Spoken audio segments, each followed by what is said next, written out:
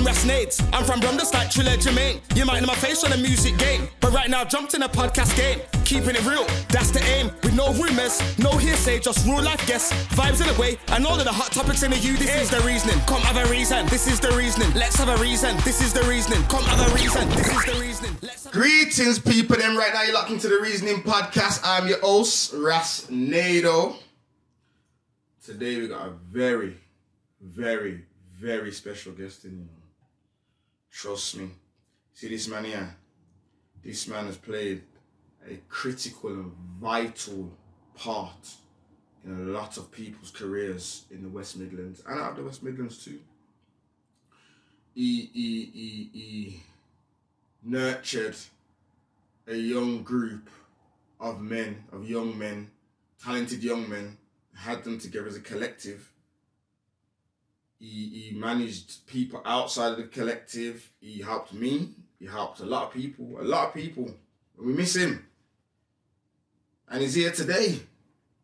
Jamie Dred.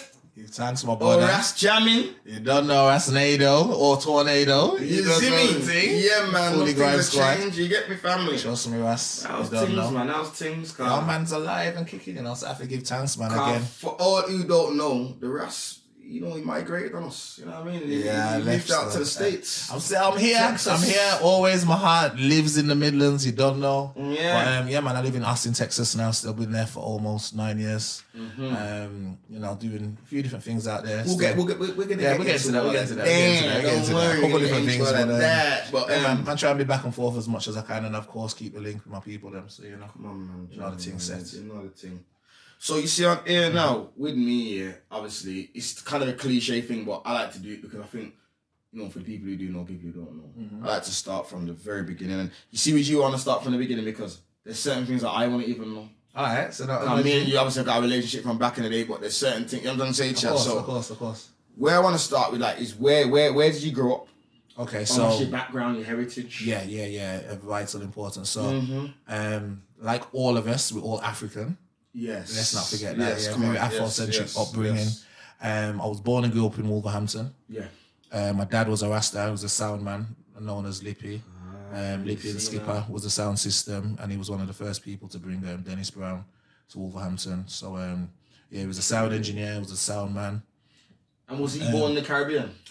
His dad was born in Jamaica. Okay. Yeah. Same thing with my mum. Well, his dad and his mum and my grandma, but my grandparents on both sides were both born in Jamaica. To answer that simple question, they were both born in Wolverhampton, born and raised in Wolverhampton. I also was born and raised in Wolverhampton.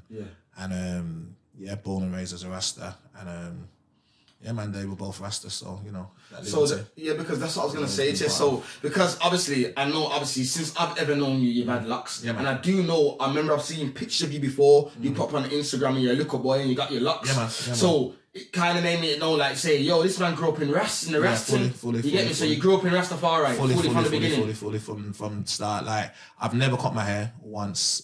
My grandma, because those who are familiar with old school Jamaican grandmas know that they didn't really agree with Rasta. Why is Scuffy? I remember one uncle, rest in peace, Uncle Cliff. So my man used to threaten me with the scissors every time I was at my grandma's yard, you know, I got trim you, Dred. And then he used to talk so. Afraid of him because him talk so. Yeah, go get these scissors, Dred. Rest in peace, Uncle Cliff, same rest. But man, born and grown Ras. My grandma cut my hair when I was 6. My mum didn't talk. No, when I was 5, mum didn't talk. My mum and dad didn't talk to her for like a year because of that. But you know, there was a big fight against Rasta in the past, and it's interesting to see now how things have come around, and everyone's got dreadlocks. Everyone wants to go idle/vegan. So, you see me now. As you know, even know me, so you know about it. So I think I've always showed you this. I grew up in Rastafari. Yeah, you could tell. I could tell from early just how you carry yourself and just how you I grew up in Rastafari. So my parents had the locks, but I never want them. It was a choice, and I didn't want them. You get me trying to say? So I just want to, fit in with everybody. I just wanted my head. You get me? If I think back, if I could go back now, I would have them. Cause look, I got them now. You get me? Yeah, that's it. When I was little, I didn't want them. So I grew up in that liberty. You get me? And enough people don't know, so I give thanks to grow up in that liberty because you see how the world's going now. There's a lot of things where you're disciplined, a lot of things that we grew up with in that liberty there where you know, you're strict on it with certain things, and you just grow up like that till it becomes normal, natural. Yeah. So you do it without even thinking. So you burn out certain things, you won't do certain things, like the things that's going on outside there now, without even thinking, because naturally that's how you grow. Normal thing. You get me? So that's what I want to ask you still, because that is a big thing. You get me? So you're saying that your father's a sound man now. So is that how you first started to get involved in music? So here's the thing, what's mad? Technically, I suppose yes, because I literally remember like coming down the stairs as a youngster, you know, so I'm talking 4 or 5, some of my earliest memories of coming down in the house and there being a blues party going in. Yeah, come on. Like, mad. Yeah, food serving in the kitchen, people come in the yard, everyone catch up in the car and stuff. Yeah. Like, I come from them backgrounds and literally remember seeing them things, and now, rest in peace, my dad passed away when I was young in a car crash, like when I was like 6. But my mum was always like, so as I said, my dad was a sound man, but my mum was also a musical artist as well. So she was with a band called Capital Letters. She toured Europe and whatnot as a backing singer with that band, but she would also make music as herself, Princess Black. So I'd always been around music. It'd been a big thing. Like Capital Letters was signed to Greensleeves Records, so it was a big record band. Like, one of the biggest reggae bands out of Wolverhampton. So music had always been a big thing in my life and in my upbringing. In your house, it was naturally in your house. Like every you know how it goes. Sunday morning, you wake up, wake up, rice and peas smell, food cooking. Yeah, you hear the music beat. You know it's time to get up and start cleaning the sideboards and all them things there, and the skateboards and no sleep. You just hear them sound there. Yeah. All right, it's time to get up and clean. Time to get up now. Rice and peas, coconut smell. Time to wake up. You know. Yeah. So man has always grown up around music, but you know how things are as a youth, man, you hear so much reggae music from your parents that when it's your time to start putting in your tapes of music, you're like, I'm gonna listen to hip hop, I'm gonna listen to rap and all them things. So music's always been a big part of like me and who I am. But again, it's even now in my latter age and days that I'm really even more gravitating back towards reggae and dancehall a little bit more, because as you know, I've come through the grime scene, man, I've come through the hip hop scene, and I've come through the UK scene. But my music's always definitely been a big part of my life, and I went to university and all kinds of things. Yeah, because we're gonna get into that. Yeah. We're gonna get into that because that's what I was gonna say to you next. You're going too forward, but now let's get into next, because a lot of people don't know. I know this, is that you're a very well educated brother, bro. You know what I mean? Like you've before, like my respect for you came. Like when you was doing the music thing, I had respect for you, but when I saw actually that, this brother has actually went to university, done his, and he's a school teacher, in a senior school, a school that I used to go to, you know what I'm saying? And he's the head of maths department. To me, bro, I'm not gonna lie to you, bro, you're one of the first people, especially Ras, I've even seen like that, and it's kind of like, this is proper, like, you know what I mean? At the time, you probably wouldn't know what I was looking at like this. But I'm telling you, you get me like... Slight correction, I wasn't the head of the maths department, but I could have been. But I wasn't. All right, but on a slight correction, I was a high school maths teacher, a secondary school maths teacher. I think like the head of maths, I think we had a conversation like before at the time when you could have got the job or something. So I think that's why that's coming to my head. But you was doing your thing. So education-wise, like, what was your school and what go on? Interesting question. So as I said, my dad passed when I was young, so like... I was raised around a single parent. Mom did her best. She had two younger sisters. So, man grew up on the ends. Man grew up in struggle. Man from an area of Wolverhampton called Whit Marines. Traditionally, and again, I say traditionally. Also known as rings for the road man. Traditionally or idiotically, we traditionally had beef with Heathtown people. But my mum works in Heathtown. So I would Firetown. So I would be in Heathtown every day. And I remember very early, a couple of their old school bad man, try check man, and they were older for me. So I'm like, bro, I'm going to see my mum at the childcare centre. What you do? How's your mum? No way. So for some reason, especially even as a Ras, I always felt confident walking anywhere in the world and being able to talk to anyone, regardless. That's what the rest of those fees are. Most people don't know. Yeah, I give thanks for that still. But it's again, like, I don't look at anyone as an enemy. I'm looking at them as my brother more so than anything. I was able to grow up and travel anywhere and do anything. So I did that, but I remember being quite young, being like 10 years old and driving past a school, and it was a big fancy school with gates, and it was Wolverhampton Grammar School. Okay. Now, this school is like a school that costs £10,500 per year to attend, like £3,500 a term it was. I didn't have that kind of money. I didn't even aware it cost that money that people paid to go to school. Yeah. But my mum, seeing that I wanted to go there, and she did everything. She got me extra tuition, and I took a test, which was at that time 11 plus. Yeah. Is that So when it first come out? Then? that was it was out, but it was in the latter years of it being out because I'm not sure if it still exists. But I know. Don't know. I think it does. You know. It might. I think you might have to pay even to do it. Yeah. I don't know. At the time, I was able to apply for that 11 plus, and I effectively scored highly enough in the test that I got a scholarship at the school. Yeah. So I was able to go, but that from early made me realize, wow, people are paying $10,500 a year to go to school. Education must be important. It must have value, and from that, it just made me realize to myself. You as well that the basic one can't be the right. Obviously, certain parts of it, but if you have to pay that much money to get to there must be something different about this education and having this accreditation education, it made me realize how important education was. Now again, I'm old school, so even before them days there, man was at Saturday school. Like, so people that don't know what Saturday school is, that was where your parents would take you to Saturday school, and it would be usually very Afrocentric. So you might do some maths and English, but you're also learning about Black history. So like education, even from then days, was very important, and also knowledge of English and maths, but also knowledge of self, where we come from, like the struggle that we've been through as Black people, and what got us here today via the Windrush, via slavery, and even before that, as kings and queens in Ethiopia and Egypt. So I was very like. My mom and parents made education be a very important thing. I, for myself, personally found the value again in education when I went to the grammar school, realised how much it costed, that these youths were going on ski trips to France on the weekend and all these things. And I'm like, wow, is this what education potentially can do for you? So that, for me, made me realise how important education potentially was. And because of that, from day, I was like, all right, cool. One day I'm going to go to university. Cool, maybe this can help lift me out of poverty if I keep focused and just be serious about my thing in that sense. Now, I got expelled from school at the same time in year 10. We're not even walking but listen, you're young, so you're learning. Well, I also learned that day that, yeah, if certain people tell you certain things, you don't have to believe them because it's not necessarily true. But again, I won't get into too much about the reasons why I got expelled, but that was a valuable lesson in itself.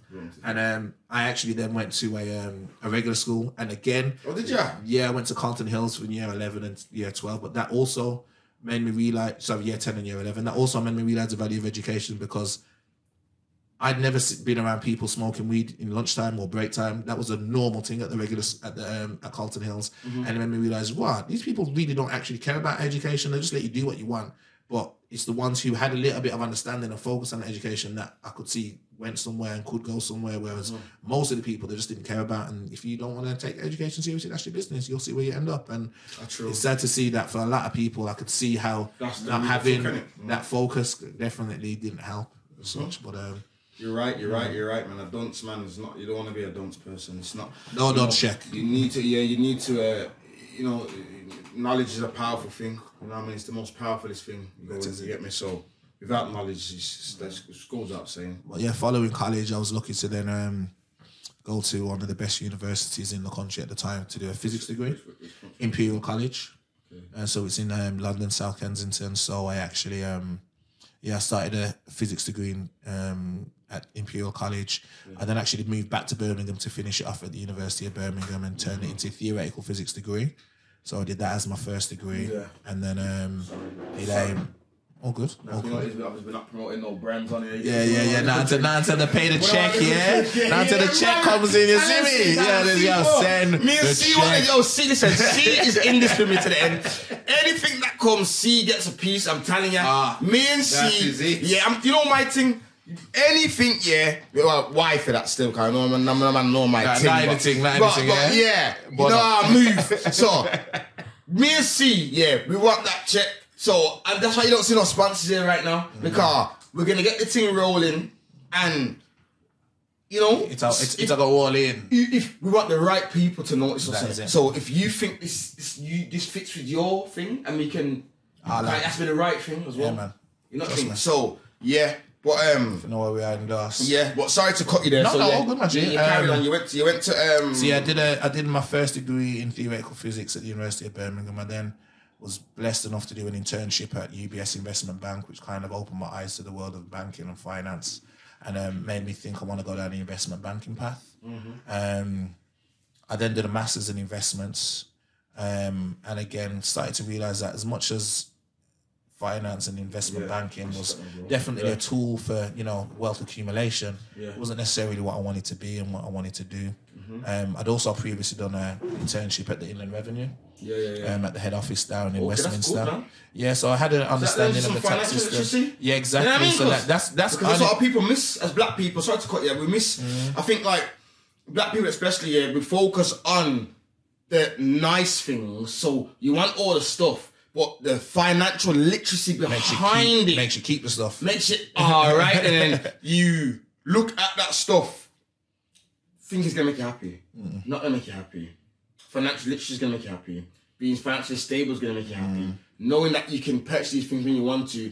Get to a stage where you get so financial literate that you don't want the things on you. You know, because you start to understand the power of money and where to put assets and liabilities. All right then. Rich dad, poor dad. Assets, liabilities. What can work for you? What can't? Residual incomes. So that's good. You got a job there. Carry on, bro. I did do an internship at the IRS. I'm not in America. The Inland Revenue. Every now and then I see I forget where I am or where I'm from. At the Inland Revenue. So I actually ended up deciding after my master's in investments that I was going to go and take that position. Originally I was supposed to go to the head office in London and work in policy, but there was a change of government as these things happen, and they stopped hiring to the London office. So I had to start in Wolverhampton. And I was training to be a tax inspector. I did that for about a year before realising, being around all these 50-year-old men, that this ain't what I want to do in real life. So I then went on the other side and was a tax accountant and was training to be a chartered tax accountant. Did that for like a year. So I'm saying myself, there's things I need to find out. Go on though, I did that for like a year. That was in Brum actually, at a company called Shaw's Tax Group, I remember at the time. And I was doing that, it was cool. And that's actually, whilst I was there, my focus kind of really, because what had happened, I'd gone to university in London. I've come from a days of like So Solid and Pay As You Go and Heartless Crew. I'm one of the guys that was taping So Solid Sunday sets and sending them back to Wolverhampton and Birmingham and just setting the ends on fire with the Bad Boy Ashady and Mega Man and Sweet Sets. Man, them days there. But hold on! Hold on! Lyrics for lyrics, calm. So I really got into like the UK music scene. Hold on! And also like even like the UK. Well too, cause the state come out here. See what you saying? You say man's too loud, yeah? 1 or 2. You're cool. You're two. Hold on! Oh, this one. It's not this one. Yeah, 2. Check. Yeah. Alright, there we go. Alright, best levels. But as I was saying, so man, when I'd gone to London, obviously I got that appreciation of the UK grime scene. Man was in the raves and them thing there. And of course, UK grime, I say UK garage, house and grime. But then when I came... so wait there, because this is going to my next question. So is this how you get into DJing now? Kind of, because what happened when I came back to... next question is, when I came back... did you start DJing? So when I come back to Wolverhampton, I remember just turning on the radio, and obviously the days I'm from, it was just before 1Extra and DAB and all them things. It was pirate radio. And all I would hear on the radio was 50 Cent and Ja Rule. And as much as I appreciated and liked the American hip hop beef, I was familiar with a lot of UK artists. So from the grime scene, we're talking like, because you stop. I know you're gonna get onto it. You was a DJ. What radio station was it? Skyline. No, Frontline. See, my mum was on Skyline. I started on Frontline. Big up DJ Springer. Big up man like Remy. Big up all the shit. Springer, listen. I'm sorry, I have to do. See DJ Springer, veteran, bro. Springer, you know what? We're gonna get you in here. Yeah, because Springer's a vet still. Ghetto Blend's veteran. I know. But he was the first person to really bring me on radio and kind of introduce me to that, because I had a love definitely for music, but I had a massive love for UK music, and it was like I was upset to an extent that everyone was listening to 50 Cent and Ja Rule when we had some sick artists in the UK and even sick artists in the Midlands. It's like 03, is that when the grime scene first like kicking in? Like this is definitely, this is like old. This is 01, 02, 03 days. This is 02, 03, 04. Dizzy Wiley, man. Yeah, it was. It definitely was. Yeah, it definitely was. Sidewinder in them days there, because Cambridge. Yeah, man was definitely like, that's the thing. Like, as much as man was pushing the grime, man was pushing the UK hip hop to the Skinny Mans, the Kalashnikovs, the Poisonous Poets, the Rodney P's, the Mod Fam. So man was like just trying to. Like, I remember one time I did that, and this is one of the things I'll never forget. Like, I did like a show where I did a 3-hour show, and for one whole hour I played nothing but Midlands artists, and this is before like anyone was doing that. This is like when you had like, I'm talking like I had to play like Moorish Delta, I was playing Baby J, I was playing Midlands Mafia, just a bunch of like Shady, a bunch of just Midlands artists, like organisation.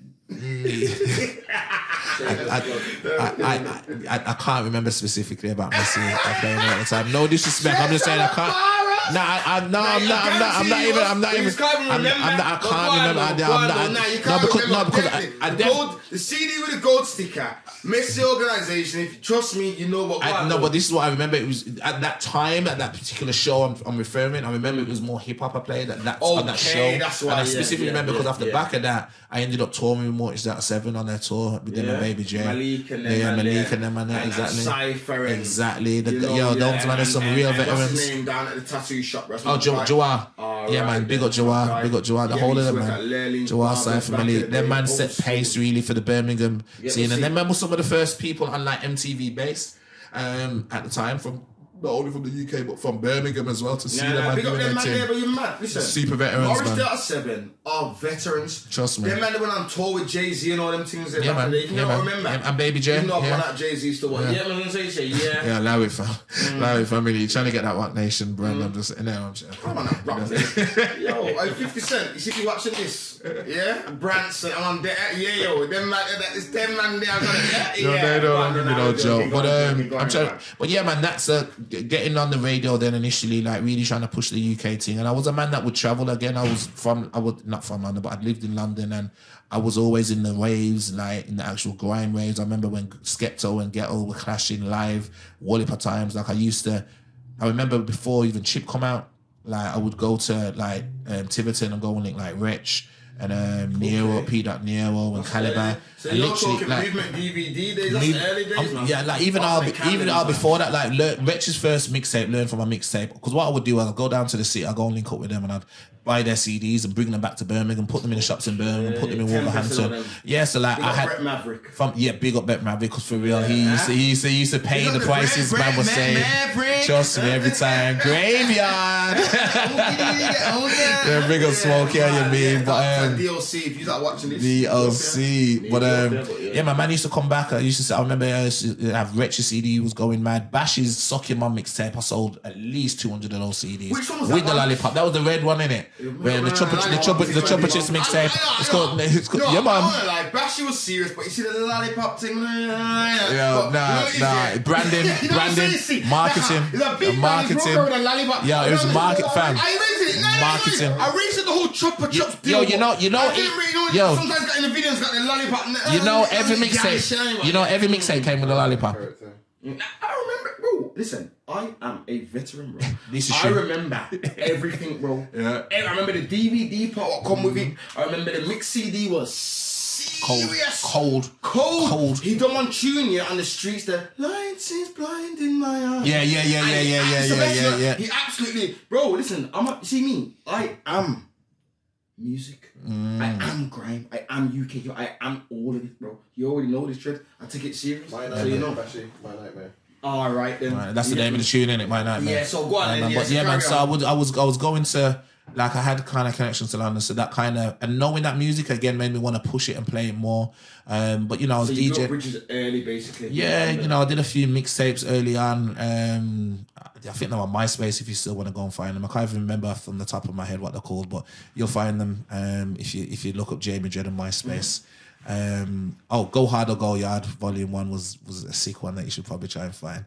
But yeah, man, so I was doing that, and then at the time I was really quite passionate about trying to, again, my motivation for going on the radio initially was trying to be passionate about showing people UK music, and that kind of led to me then wanting to, to release UK music and show artists in it. Yeah, because at them times as well, like I was just coming out of university. I was artists. Yeah.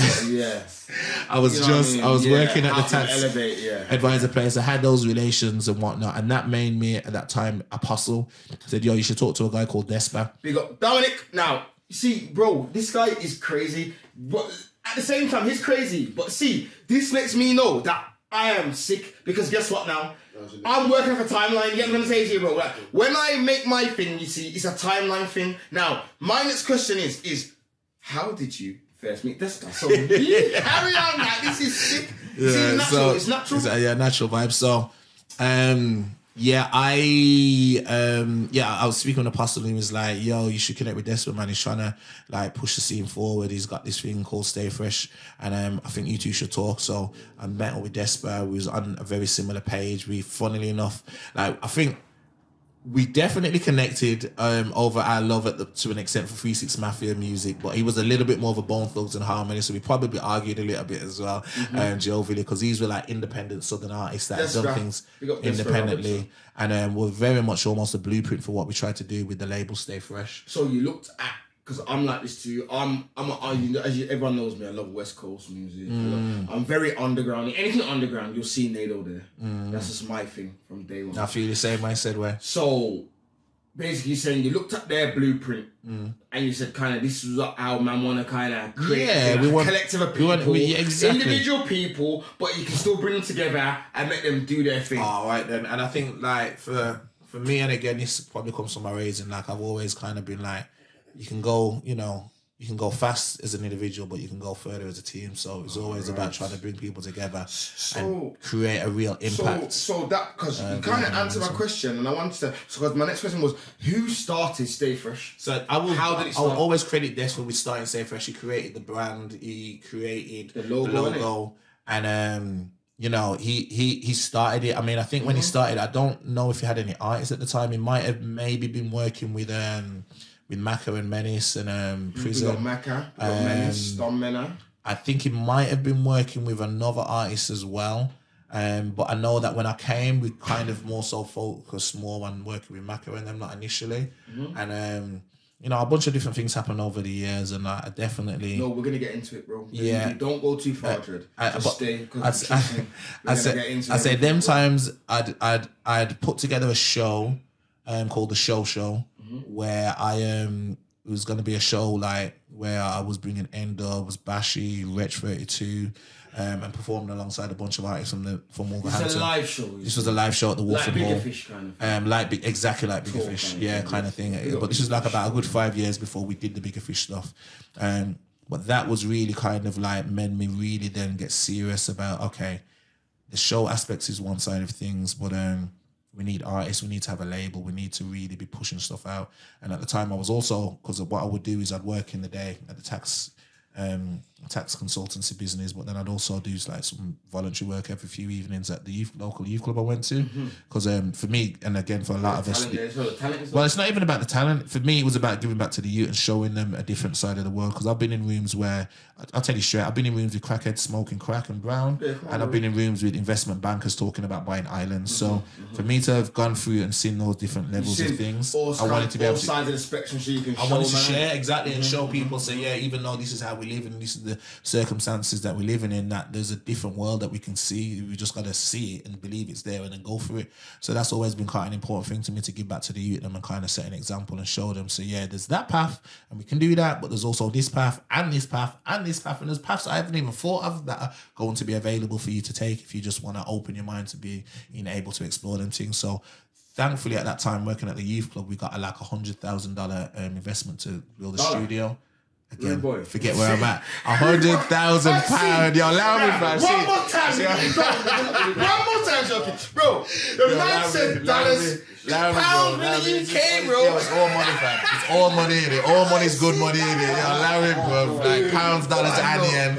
But like $100,000 studio built at the community centre. So me working there, I was seeing a lot of talent, like you said, and I was like, yo, yeah, we need to release a label. We need to form as a label and a collective and release songs. And again, coming from the dancehall perspective, and again, even at the time, I specifically remember, fucking hell, I wish I could remember the name of the rhythm, but Danny Weed and Target had a rhythm that was a grime rhythm. I can't remember what it was called, you know. I feel bad. I can't remember. But they had a rhythm that they put out. That's Soul Beef. That's Danny Weed.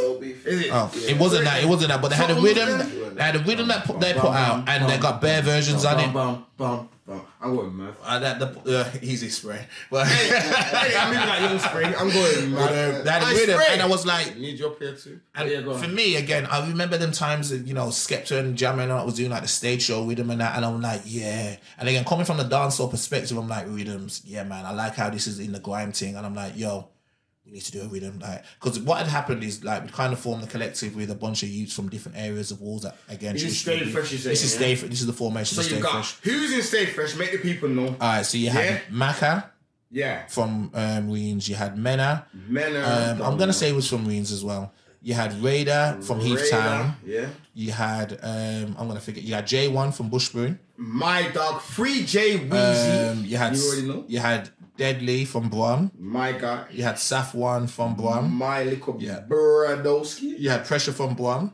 My broski too. Very, And then very good at and then I feel like I'm individual. missing. I feel like I'm missing somebody. You're missing Casper. Ah, Can't miss you had Casper from All Saints. the general. And Mayhem came later. Mayhem came into it later But on. there was 9 members before Mayhem I came. feel like I'm missing Moves, some. that- Oh, did yo, I maybe did I say didn't feel like M-O-V? that. And you know the worst thing? I just Everyone spoke to him as well. know. That's Jesus, bad. fuck up the door. Oh, 1, 2, 1, 9, 0, T, 1. Hey, you WV mad? made though. WW Yo. made though. Moves changed the game at one stage, but yeah, same Facts. changed the game at one stage. But yes, Changed it. those are the 9 like artist members, like MC members, and then we'd work with a bunch of different producers. Essex being one of the first ones that we really kind Now, of Dred, do something you're crazy going with. too far. Stop. Wait. If they came too far, Dred. So, you've got into this management thing, yeah? Well, at that time it was more about the label and so the label, we're not the label, it wasn't because the mantra at the time was we're not a crew, we're a label, Alright, we're a label, and that alright, was cool. so we'd be taken seriously, but also you got so a we collective take it artist, serious. but hear what Yeah. now? Because From different I already areas. know with what you're saying, you're skipping a few things now. Look, because I know, all right, the woo rhythm. Let's just get into it. Oh yeah, so that's what I was getting to. Yeah. Wait. Go on. The woo rhythm now. Uh-huh. The woo rhythm. Obviously, if you don't know the rhythm, dum dum dum dum dum dum dum dum. Oh, let's see if you can edit it in the background right now. Yeah. Alright, cool. Put me in the mix. Yeah. Going to say something right now. I'm gonna give you a lot of credit, for getting that where it needs to go. You was the catalyst. Because Essex for making a rhythm, but I swear to you, Dred, was running I beg you answer that for me. up and down the country, making sure this rhythm I think it's downstairs. got heard, bro. It was serious, and you know what it is, Dred. What I'm gonna say, I'm gonna show you. Sorry, my cousin just rolled up. In it. I can't. Well, I tell you what, let me ring it back and you go link him in it. Sorry about these fans and people, but I real life, see it. Yeah, take my phone. I'm ringing him. But it's probably I'm giving the address, so he's probably downstairs trying to figure out where to park. Oh, sorry, my G. Woo with him. We say. Yeah, so woo rhythm now. You get what I'm trying to say here. You got woo rhythm now. I heard woo rhythm first, Saf1 wasn't a part of your crew yet. Okay, yeah. Saf was. Deadly wasn't a part of your crew yet.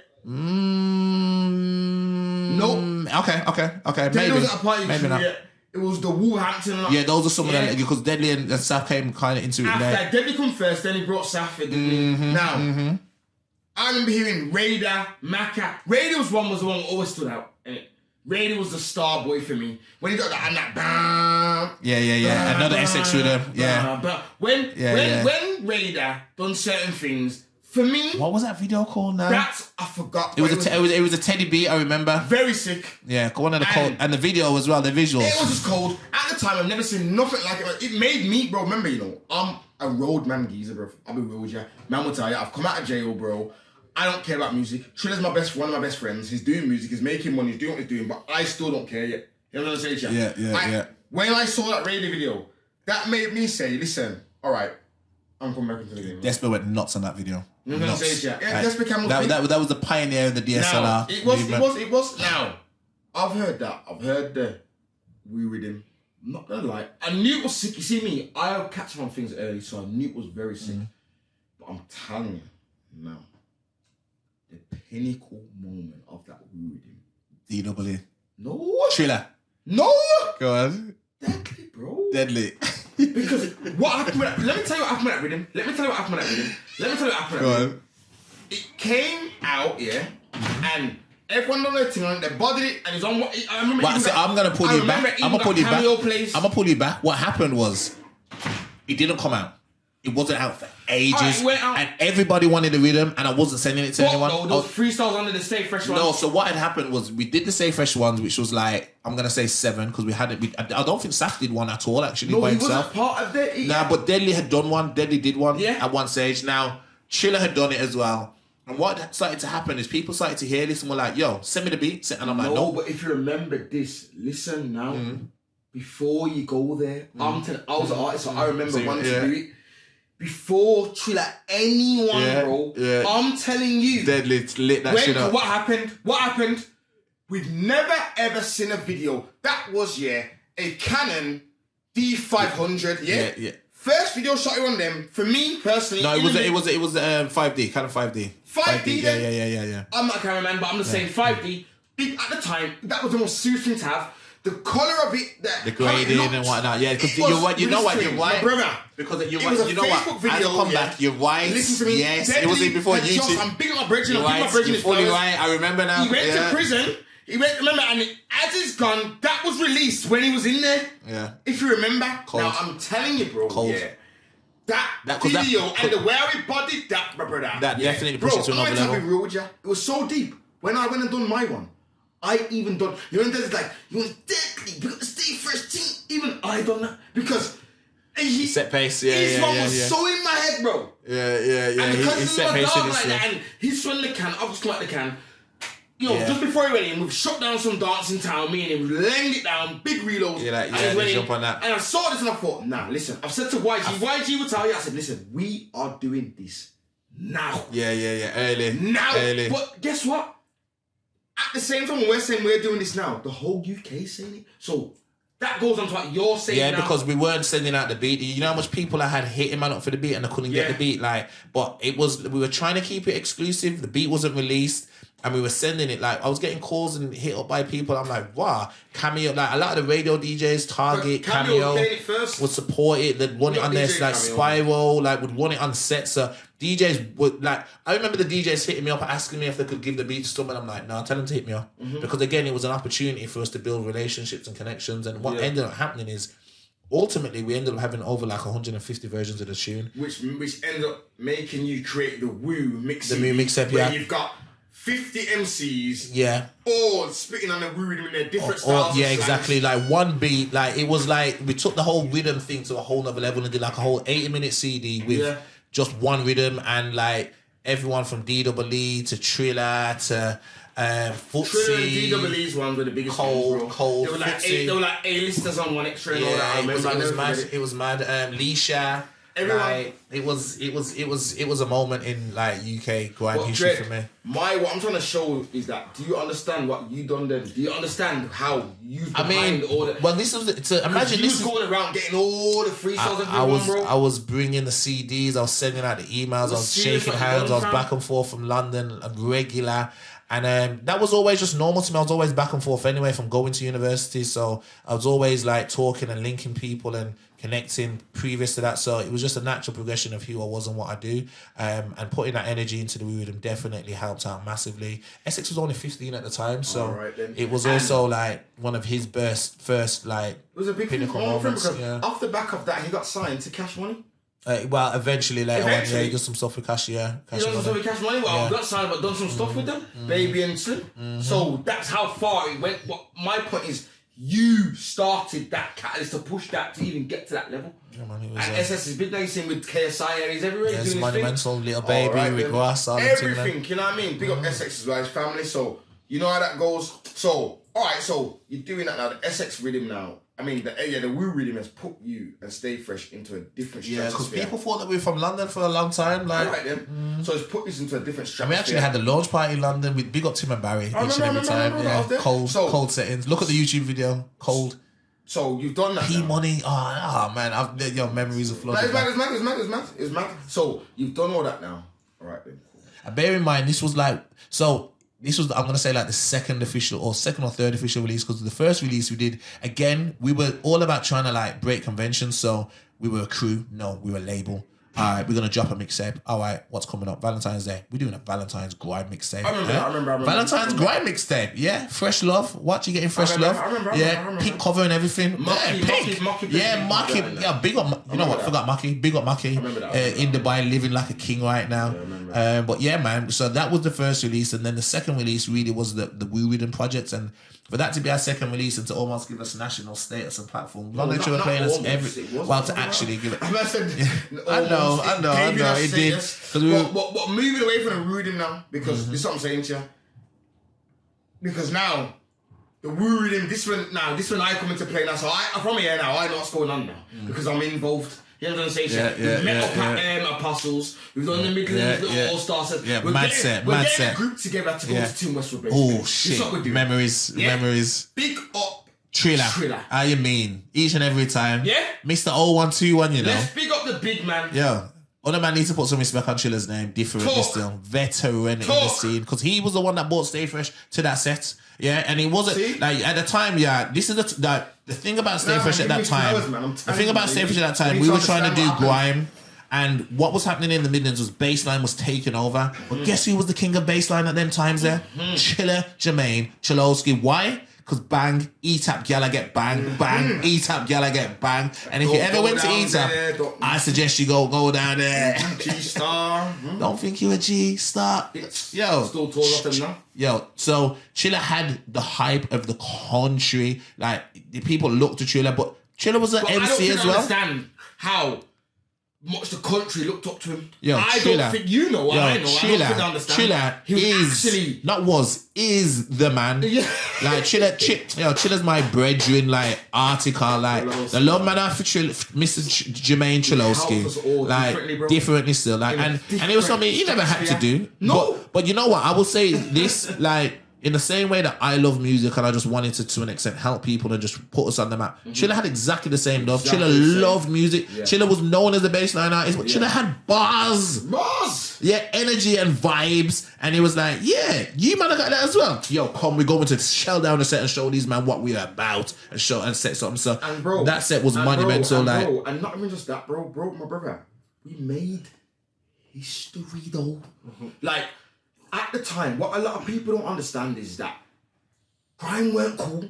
I've heard Big Nas say it on the slot. Them times, Funky House. The man in the West Midlands, because they kept to the trillies. When no one was doing grime, at the time, the transition London was Funky House, and up north. No, not that. Remember? The Tiny Tempers, the Pass Outs, wearing my Rolex vibes. Like I said before, though, there's nothing wrong with that, because that now got us to where we are now. So I understand that had to happen. Yeah. Then man took the bullet. That's great. What I'm trying to tell you is we kept it, and we kept that thing going. We kept it going so much here that by the time they was ready to come off that thing, when they said that don't work, and they got to a certain level in that commercial world, but then they realised, you know what, we've got to a certain stage now. Let's just go back to where we was and do our thing now. The door's open. Let's go. We kept going so that them kind of artists can come back down now. Do you remember? Yeah, man. Tell me, remember? I remember. I understand what you're saying. 100%. C4, because it got technical. Remember, Stay Fresh became a big entity, bro. It became to the stage where you started managing other people as well, or even if not fully managing, having influences in their career. C4 and his brother Predator was one of them. Yeah, I was managing Predator first, and then I don't even know how I found out about C4, because I almost feel like it might not have even been through. Now, it must have been Predator, must have showed me a couple of tunes. He must have showed me some tunes. I'm like, who's this? Off track, man. And then again, you know what? C4 is in the building, acting like parts, and I'm sure he has a contribution to the memory right now. So C4, from behind the cameras, tell us exactly how I remember how we engaged and how started working together. So basically, I didn't know about management. Yeah. And then Fred obviously got a manager, Jamie Dred, and then I was like, "Raw, maybe I need a manager." And then I remember I approached you, and then I don't think you thought I was ready yet though. So you was like, we'll see what happens." And then I think you saw All Right, And then you said, all right, cool. And then we chopped it up from there. And then rest is history. All right was cold, by the way. So that was the song before Off Track, yeah. Yeah. Cold. And that was almost like a hip hop vibe, if I remember correctly. All right, time. So time was the hip hop. Yeah. I'll Cold. But Dred, we've done other things too. We've done like the Stay Busy tour. See, that was a little bit later one, yeah. But still, no, it don't matter when it was. It's all the same. It's that time, Dred. Like, we was moving. I don't think people understand what we've done. I think before that we did one of the first stage shows in the Wolverhampton as well. Like I remember that too. A concert, yeah. Yeah, that was good. Yeah. But my point I'm trying to make, Dred, is that I don't think they understand what we did. Like we talked about, all of us in the collective, how important we was to music in the UK at that. And this is the thing, like it was crazy because the love, when even looking back now, the love man used to get from One Extra, like big up everyone from One Extra that supported the thing. Janine, big up the producer Janine who just left, big up Emma, big up Semtex, big up Rasquami, big up Target, big up man like Cameo. Like the love that people used to show us and the support they used to give us as well, like it really, really, really, really, really helped put us on the national radar. And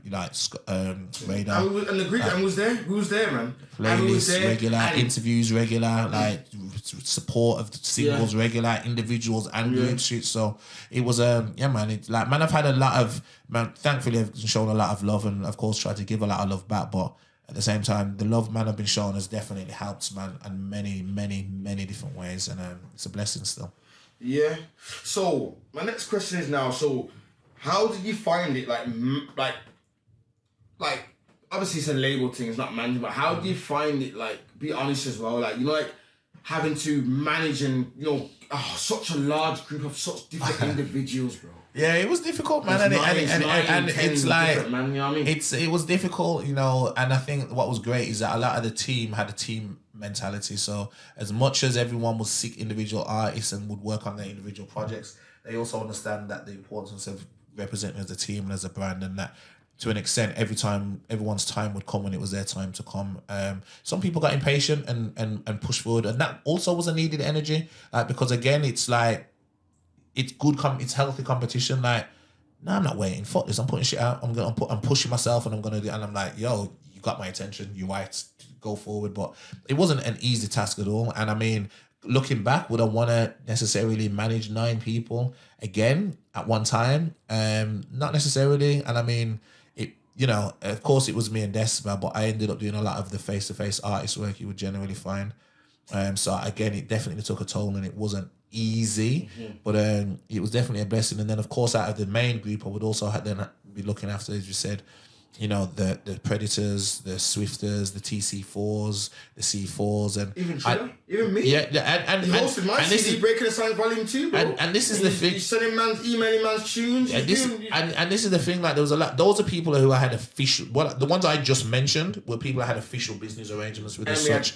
But I was always there to help my people. So whether it was you, YG, Mayhem, Tree, like Mayhem eventually joined Stay Fresh, but man, even like the relationship man had with Frisco, like that was like again, like to this day, man was in Jamaica twice last year with him, like as a normal pre. But going back even then, like I remember buying Back from the Lab Volume 2 from him in like a car park in Tottenham. That's the maddest one as well. We linked from then, and even before that, I think actually because we linked in a rave in Luton and a mad thing, and then some fight broke out, and man was swinging with each other, and he was like, alright, cool, man, them saying nothing. Next week, my man phoned me, I'm in Jammer's basement, we recording dubs for me as a DJ. So man, I just had a link from, and I even remember back, that's over 10 years ago now, maybe even close to 15. Man was like, yo, we need to go to Jamaica. Like from back then, just for the sake of it, and you going all the time, now man out there all the time. But my man have always just like really been. It's for me, relationships have always been important, and like not burning bridges and just trying to work with the right people and people that show love. And my Frisco's definitely a real one still from day one. All right then. So because obviously all good things do come to an end. So when would you say you first start to see the decline of Stay Fresh? It wasn't musically, because man almost had too much music. But I would definitely say that Be honest, bro. It's not. Your time I'm trying to really think because you can't tell me Stay Fresh declined. Stay Fresh are cold still to today. But I also understand. When you start to see a bit of like, oh, okay, like. Well, here's the thing. I don't know if I really ever properly did. What I would say is that we all grow as individuals and as humans and as people. And what was happening, like, so what Stay Fresh started with me and Despa, and at the time, as I said, I was working at the youth club, but I was also working. What ended up happening following me having that initial tax consultancy job, I took a gap year, well, not a gap year, but I took a sabbatical. I'd done some traveling. My second youth was born. Like in the space of 4 days, one of my good friends got shot dead. Mm-hmm. The next day, my granddad died. Mm-hmm. 2 days later, my youngest son was born. Yeah. So like I went through a mad period of time where it just kind of made me be like, wow. So I took a year out of like working and I was focusing on Stay Fresh more so, and that's kind of when the ascension of Stay Fresh kind of started. But then you asked me when did it kind of decline.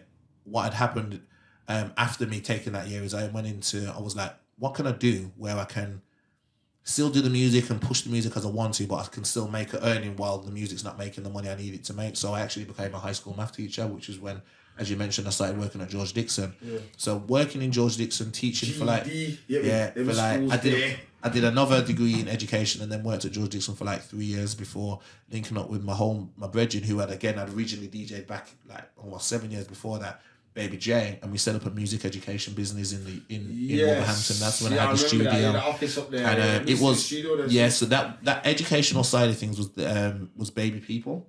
Okay. It was called, but that was also when it gave us not our first actually, because we had a studio in Birmingham before that, but our first studio that was ours and that we owned and that we had 24/7 access to whenever we wanted. So that, as much as you would then think, okay, well, then bare music's going to come out, I started to realise we were making less music than before when we had the studio, and people weren't necessarily taking the opportunities that I felt. Out of sync. Yeah, we were grown, people were starting to have youths. And do different things in life. And this is what happens as you grow. So I'll be honest, because the music probably wasn't paying how we wanted to at the time. And it wasn't, and to be very honest... If that was now... we'll be over millionaires. And even for me, I was making more money off the educational aspects of things than off the Stay Fresh side of things. So it's not that I wouldn't give it energy, but I would give it energy. But then if the energy is to an extent not necessarily translating into the success that we deserve, obviously, man, I have bills to pay. And I think that feeling kind of came about for everyone. To an extent. And that's... I felt that. I was around it. Exactly, and it wasn't that the talent wasn't there, but and it wasn't that necessarily even the focus wasn't there, but it just happened as it was meant to happen. There was so much different things going on, bro, at the time. I don't think no one understands, bro. Like, it was serious. Like, you have to remember, this is a large group of people who are really living this life. I'm sorry, I have to say it. And there's a lot of things going on, bro. Man are catching charges, man are having youths. I had conversations. I was having conversations you about. You guys don't know how real members of Stay Fresh being. You see, I don't know. I know you man have watched The Wire and them things there, innit? Yeah. Like where the police have got people's names up on the boards. Yeah. There was talk about man's names being up on boards, and we weren't a criminal entity. It was serious. Yeah, we were on some real legal shit, but it was mad, bro. Yeah, there was some sticky situations that was arising. A couple of men got locked away and whatnot. And it wasn't just music; it was very serious. Yeah, a couple man got locked away, like, and things got like not necessarily sticky, but. To even, and you know what? As a matter of fact, to some extent, yeah, but again for no reason. But yeah, like I remember the follow man from studio and like again, I'll say for no reason because to an extent it was that like man was like fully legal. Like me personally, man used to maybe other people used to do certain other little things, and certain man got arrested on certain things, and it obviously gave us some negative life. You know what I mean? Yeah. But it made things difficult, but. When you ask me what led to the downfall of Stay Fresh, it's a little bit hard for me to say.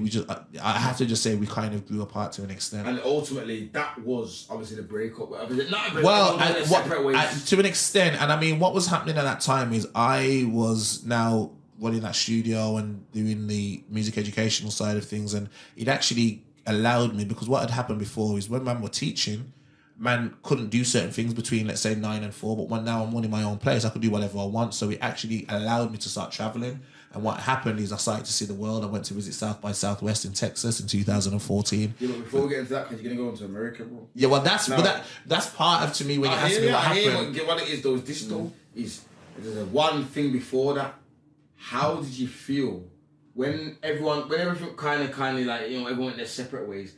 How, because remember, you know, bro, you have to remember, this is something that you built. You took your book, before, there's something else I need to mention too. Remember, you've quit your job as a teacher at this place now. So yeah. This is your, as a high school math teacher. This is what you're doing. So how do you feel now that this is kind of, you know, before, because we know you moved to America, you started traveling, but is that why you started traveling then? When Stay Fresh broke up, you said, you know what, I'm going to start traveling? Well, no, because that wasn't, I started traveling before Stay Fresh broke up, if you're asking me. So what kind of happened, if anything, was I'd quit my job as a high school math teacher because I had an opportunity to do my own school music education. Yeah. That actually allowed me to generate really decent income. However, I'm generating income from funding and grants, and also being able to employ different producers and MCs to deliver some of the music educational side of the lessons. Like so to me, big up Pressure, big up Dougie, key people, big up RT because he done a lot of stuff for me, big up Malik, big up Saf One. We went to I remember when we went to the Royal Albert Hall and gave a workshop for the BBC One Extra. Yeah. Central C was in that workshop. I didn't even remember. It was Saf One that reminded me. You don't remember Central C was in that workshop? I'm like, what? Yeah, remember that. See how the stuff now.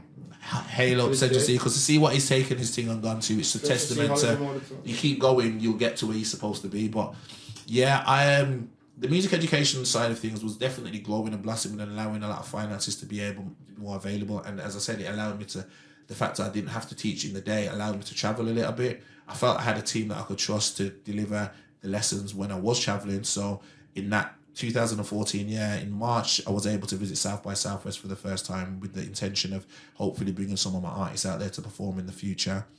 I ended up going there and my cousins lived there for 20 years, has a DJ company and a music school. I'm like, what? I've got a music school in the UK. And he's like, bro, you should come out here. Like, you do so well. Like, there's a better opportunity. I want you to come and run the companies out here when I retire in a few years. So you should think about moving out here. I'm like, yeah, but I got my business going on in the UK. I have a label. I got a music school. Nah, not this year, maybe next year. So we ended up moving out there in 15, long story short. But in that 14, I did bare traveling. I went to South by that year.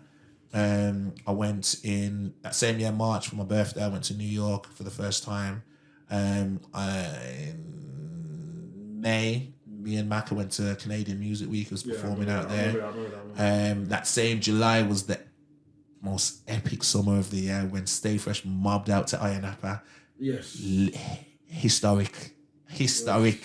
Yeah, that was like one of the peaks of Stay Fresh. For a man was out there on quads, like going nuts at Ocean Basket, tearing down the stage on the beach. Big up man like Dammy as well, because you know Ayia Napa veteran. But that was like almost like after that things was just for some reason a little bit different. I think later that year I also went to Jamaica, but I'd done a lot of traveling that year that opened my mind to, what I'm doing is sick and what's going on in the world's cool, but maybe I could even be doing other stuff worldwide. So when I went back to South by the next year, I now had the opportunity to move things, and things with Stay Fresh were kind of not falling apart, but I won't even necessarily say slowing down, but growing apart. Growing apart. I've really seen a lot of opportunity in potentially moving to Texas and the US, so I kind of decided to do that. Gone. Yeah, but even at that, well, here's the mad thing. Even at that stage, I wasn't gone, because I couldn't be in the country for more than 3 months at a time, so I was back and forth. Sure. I would go to like America for 3 months, come back for like 2 to 4 to 6 weeks, and at that time I was still, I think, looking after Swifter and TC4 at that time. But then because I wasn't as active in their lives, kind of things kind of moved around, and I seen more and more opportunity in the States, and it was something that I definitely just wanted to kind of go forward for my own personal reasons. So it's something that I decided to do. So you moved to the States, Austin, Texas, baby. Austin, Texas, and what do you do over there? So I had the opportunity to, as I say, work with my cousin Miles, running a DJ company, Texas Pro DJ. We do about 400 events a year. With a team of 12 DJs. We do a lot of corporate events, a lot of weddings, even things called quinceaneras, which are like coming of age parties for Spanish people. Spanish we do people. similar. Oh yeah, I know what that is. Yeah. When they make them get the dress and all that. Yeah. Similarly, we do bar mitzvahs and bat mitzvahs, which are coming of age ceremonies and parties for Jewish people. So we do a range of different types of events, as I say, corporate events. I do about 400 events a year across the team of 12. We've got clients from everywhere, from Facebook to Amazon, YouTube, Google. Like, Austin's a big tech hub outside of it's the second biggest tech hub in the US, and it's one of the fastest growing cities. It's the fastest rate. It's got one of the fastest rates of growth of millionaires in the US. So there's a lot of money that flows in the city. There's a lot of tech money in the city, but it's also known as the live music capital of the world. Because South by Southwest, with that South by Southwest being there allows them to say, I think that on average there's about 70 performances per day, because during just the South by South week there's thousands. So when you average it out, South by Southwest, how did you get involved with that? Because C4's been there. So yeah, so again, it's but there's a few people. So like most things in my life, like if I'm on something, I'm on it, and we skipped past this ages ago, and like we talked briefly about the South being an influence, but I grew up listening to dirty South rap music, 3 6 Mafia, Cash Money, Rap a Lot, Master P, Chameleonaires, or Trey. So I'd always had a love and affinity for the South, specifically Texas. So I'd wanted to go and check out the South by Southwest Festival, Bon B, UGK, Pimp C, you don't know. But South by Southwest was the biggest music festival and conference in the world. So the world converges on this city to kind of showcase new music. Brands converge there. So my initial intention in 2004 was I wanted to go there, experience it, and bring the man back the next year. I went back, ended up going back the next year, and for the next couple of years I was just in Texas doing the DJ thing, and I'm like, what? It was actually big up my bridge in Bhavesh Patel. He used to work at the PRS Foundation, and he was like, I thought you came over here to do some shows. I'm like, bro, you're fucking right, you know. So I think the first show I did was 2017, and I was able to get some support from the PRS Foundation to bring over, I think that first show I had Frisco, Logan Sama, Saf One, Maximum, Rude Kid, and Bugsy from Bristol. And it was a grime show. It was called Grime State of Mind. And it went off? It went off. It was crazy. Do you remember the guy, Rag and Bone Man? Yeah, at the time he just like got number 1 and Mercury nominated album. He was in the crowd, like vibes into our team, like going nuts. It was like, wow, all right, cool. You had the Americans in there going nuts, like they know the words of the songs and that. I remember Saf being shocked as fuck, like, wow. But yeah, that time I remember all the man then came over. We had like an amazing trip. We were shooting guns. We was on the lake doing jet skis. I was jealous. I saw it. I ain't gonna lie, it was a mad thing still. But that was 2017. I mean, I'd been fortunate enough working, because I mentioned Texas Pro DJ, but we also have Dub Academy, which is a music education business. So similar to what I was doing in the UK, it's where we teach people to make music, to produce music, to DJ music. And we were able to put on that showcase, as I say, in 2017. Did another one in 2018. We had FaZe Mayaki out, and that was a little bit more DJ orientated. Did another one then in 19 with Frisco. That's the one you came to, yeah, C4. So he was on that show. It's Frisco, C4, Oblig, Novelist, Tiggs the Author, Jammer, Shorty, and then a few artists from Austin as well, Shirt Afi, and also Zetwak and Mike. Why can't I remember your actual artist name? American Grime also on there. They've been doing stuff with us since early as well. Big up Jumanji and Serge from Miami. So that was 19, and then 2020 I had planned for that show. I had P Money, DWE, Style OG, Frisco, and then COVID happened. I didn't COVID. So that happened. 2021 took a break, and then 2022 I brought it back. Vital came and performed. I had I forget who was on my 2022 show, but check my page again because my memory gets bad. But then most recently I did another show this year where Big Zeeks flew out. We had Queen Mills from Leicester. We had Jess B from New Zealand. Big up, she came on the last performance slot. Last minute slot. Who else? We had Traffic Lee from Austin. Who else did we have on? We had DJ Hold Up from New York. So my thing with my South by Southwest shows, I always try to really make it as international as possible, keep it part stage show, part dance party, highlight DJs as well as highlighting artists. Definitely always trying to put on some UK artists. Definitely always trying to represent grime, trying to represent Afrobeat, trying to represent dancehall, and really make it a big dance party. For those who haven't seen what those parties look like, again, check my Instagram because they are shelly. Mad. And we will be back for 2024 as well. So again, keep your eyes peeled. See what's coming with all the vibes. Mad thing, so... Do you miss England? Yeah. And you know what? No. Let me answer that question correctly. No. I miss my family and I miss my people and I miss fish and chips, which is random to say. I know as a Rasta man, you're like, what kind of Rasta man miss fish and chips? Lava. Listen, I can cook steamed fish, I can cook rice and peas, but to get the chips and to get the fish, and you can't get them things anywhere in the world, you know. And so it's only when you're, and I've been eating fish and chips since I've been back actually. So let's be very clear. I've been to Bing's and I've been to Pizzas, but I will be getting fish and chips tomorrow. So you don't do full English in Texas either, innit? Yo, first of all, Rasta, you know the full English. Yo, lava for that, yeah.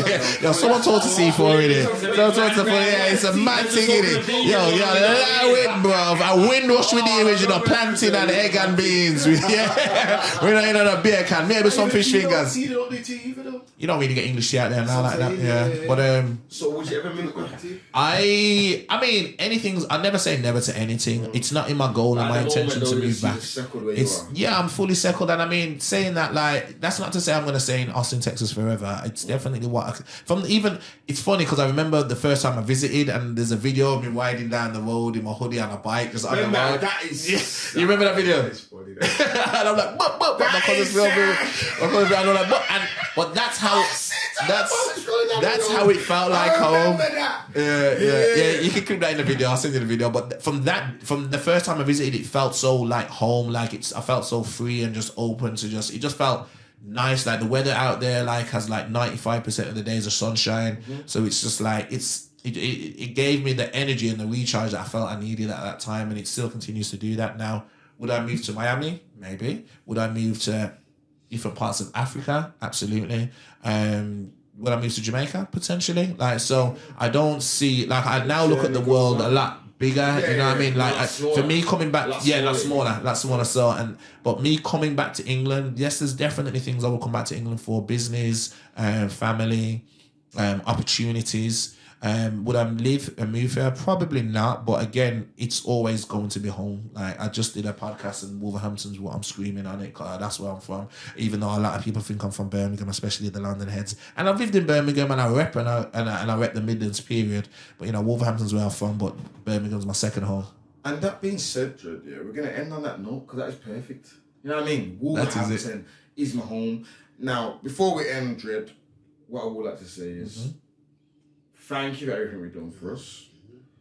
We really miss you. We appreciate everything you've done. You have left behind a serious legacy. Some of the people you've worked with, even people like Swift, I just chatted again the other day with Nines, big up him. A legend. So a lot of the people you've worked with have gone on to do big things and they're still doing big things. And family, we're here today to give you flowers, fam. So, you know, respect. I have to say, maximum respect, my brother, and give thanks for even giving me the opportunity to share my story, for creating a platform where it's about reasoning and connecting. It's a beautiful thing to see your journey and where you've come from and where you've transcended to and what you're moving to next. I'm very excited to see the next steps that you make, and going from being an MC and a roadman, as you called yourself a little earlier in this interview, to being someone who wants to hold a reasoning on different topics and things within the community. And you know, it's important to, I've always found it important to give back, and this is definitely giving back in a different way that's needed for not only the youths but for even the man them, for people to see and understand and learn. So thank you for giving me the opportunity to share my story. Thank you as well, C4, for just being C4 period. All right. And being a man behind the scenes with the tech on this this podcast. But yeah, man, you have a beautiful studio, you have a good vibe and a good concept, and yeah, man, I look forward to coming back and doing part 2 sometime soon. See me? And on that note, yeah, you've been watching the Reasoning Podcast. That is I'm it. Ras Nado. This is Ras Jamming. Bup, or bup, Jimmy bup, Dred. bup, bup, bup. C$C4 Is on the it? camera. Oh, why? This is the reasoning. Come have a reason. This is the reasoning. Let's have a reason. This is the reasoning. Come have a reason. This is the reasoning. Let's have a reason.